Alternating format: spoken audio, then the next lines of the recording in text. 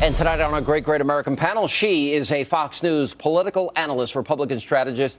Angela McGlowan is here. She's the founder of the Movement Vision Lab, political commentator. So what is the Movement Vision Lab? What is that? Grassroots think tank. Oh, Sean. It's a liberal thing. No, it's a progressive thing. Progressive means liberal. Okay. No. And he, beyond partisan. A Fox News legal analyst, our friend Peter Johnson Jr. is back with us.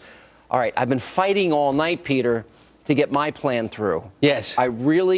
And Newt articulated it better than I did. Pass a bill in the House, dollar for dollar, do it every month, which I think is even better than my idea, and let the president let this go on his shoulders. The shoe on the other raise the debt ceiling $100 billion, find savings $100 billion, go month to month until there's a Republican in the White House. It sounds great on paper. Can you get Republicans to follow through on it? Will they follow through on the promise that was made? I think it's a very innovative plan, and it puts Washington to the test. Every month. Say, let's show savings. Let's show month by month what you've done to decrease the debt in this country. And, you know, Sally, I know you disagree, but this is why we had a historic election, the biggest midterm election result in 70 years. Where more Republican voters still stayed home than voted, and the majority of the American public didn't Forget about the silliness. The biggest midterm election results in 70 years. That's history. Okay, but the majority of Americans would still like to see the deficit solved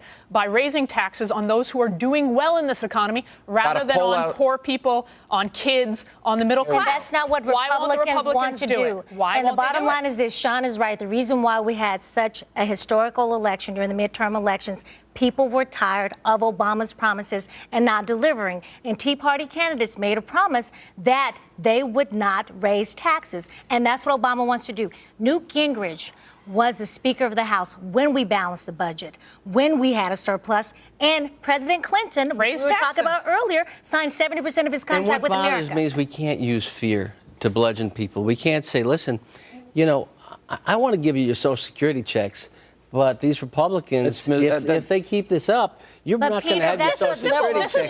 That's wrong. No, that's not what we're doing. What we're doing is That's the politics of fear and division and destruction. I'm sorry, the politics of we have to give. Democrats, wait a second. Wait a second. Wrong for everybody. No. Hang on a second. Wait.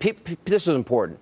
There are people that depend, old people in this country, that put their money with a promise and a guarantee, and for the president to use them in this argument and scare the living daylights out of them, to manipulate them, to call their congressmen and senators, that crosses a moral line that I find. I completely agree with you. It is wrong for anyone to fearmonger by going after seniors and Social Security. Then why is it that Republicans in their budget wanted to slash Social Security, Medicare in order to give more tax let's breaks to the first part of the syllogism. The rich? So Why? You've condemned the president in terms of the conduct. Why? I think you can find his point is, Peter, point is that we shouldn't allow our country to default for the first time historically on its debts. And there's a simple moral choice to be made here by Republicans. There is a moral imperative. The moral imperative is we don't expect of our president to scare older people and say, here's a choice. You can give up your check next month based upon what the Republicans are doing, or you can make a call for something. And it was President Obama.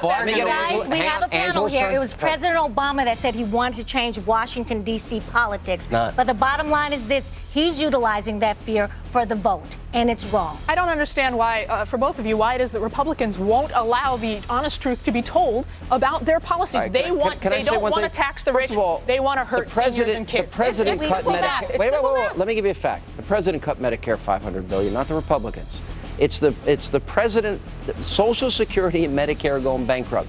We can deal with it now, or we can deal with it 20 years from now. And the president has agreed to reforms. Is going to be so great that we will become Athens, Greece. And the president has agreed to reforms. But meanwhile, why more cuts instead of raising taxes on those who are doing well? Old-time politics will not work anymore. We have more with our great American panel next.